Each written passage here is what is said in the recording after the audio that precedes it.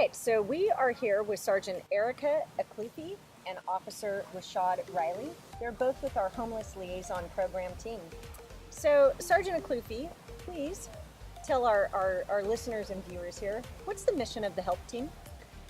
The mission of the HELP team, which again, Homeless Liaison Program, is basically to create a social safety net that disappeared back in the 80s. We ended up with a community with absolutely nowhere for people who didn't have a family to take care of them, or were caught in dire straits, and our department knew that we needed to fill in that gap. And the way that we do that is by using outreach, engagement, and enforcement. Yeah, so as far as our outreach with the individuals on the streets, that's one thing we want to do. We want to go up to them and say, hey, what's going on? What led you to being homeless on the streets? How can we help you? Just help us, let us know your situation so we can get you connected to the service providers.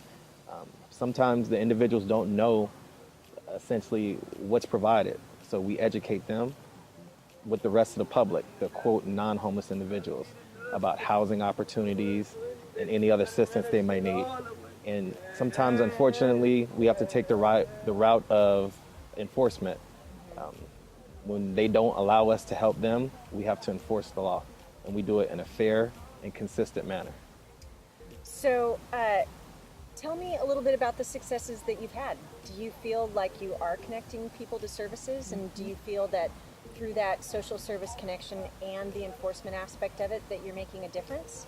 Absolutely. I mean, we work with an entire set of social services providers, and Safe Place for Youth, the St. Joseph Center, some of our local services providers like the People Concerned.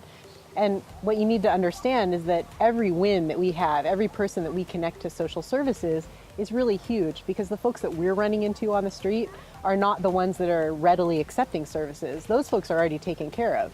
They're going to go walk into the Department of Social Services. They're going to go to Section 8. They're going to try and find their own housing.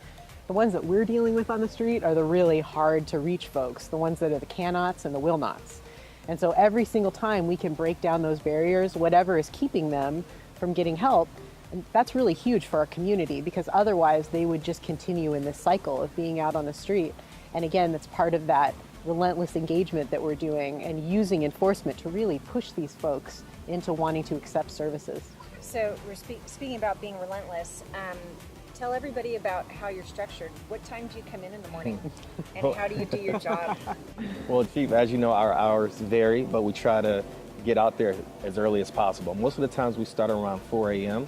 and we find out that that's the best time to get the individuals when they're in place, so they're not running around the city. We can contact them and provide outreach services, and we can get them pointed in the right direction. And recently we did just make a slight adjustment to your schedules, and your team is now covering 7 days a week, correct? We found that that's most beneficial.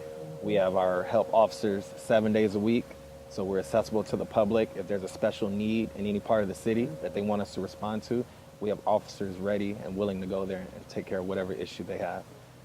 So we have 8 officers and a sergeant, and we also have a Department of Mental Health worker that works with us. All right, so I'm gonna let you guys get back to work because you have Thank work you. to do. Thank you, appreciate your time. Thanks, Thank Chief. you, Officer Riley. Yes, ma'am. Catch you next time. All right. Okay.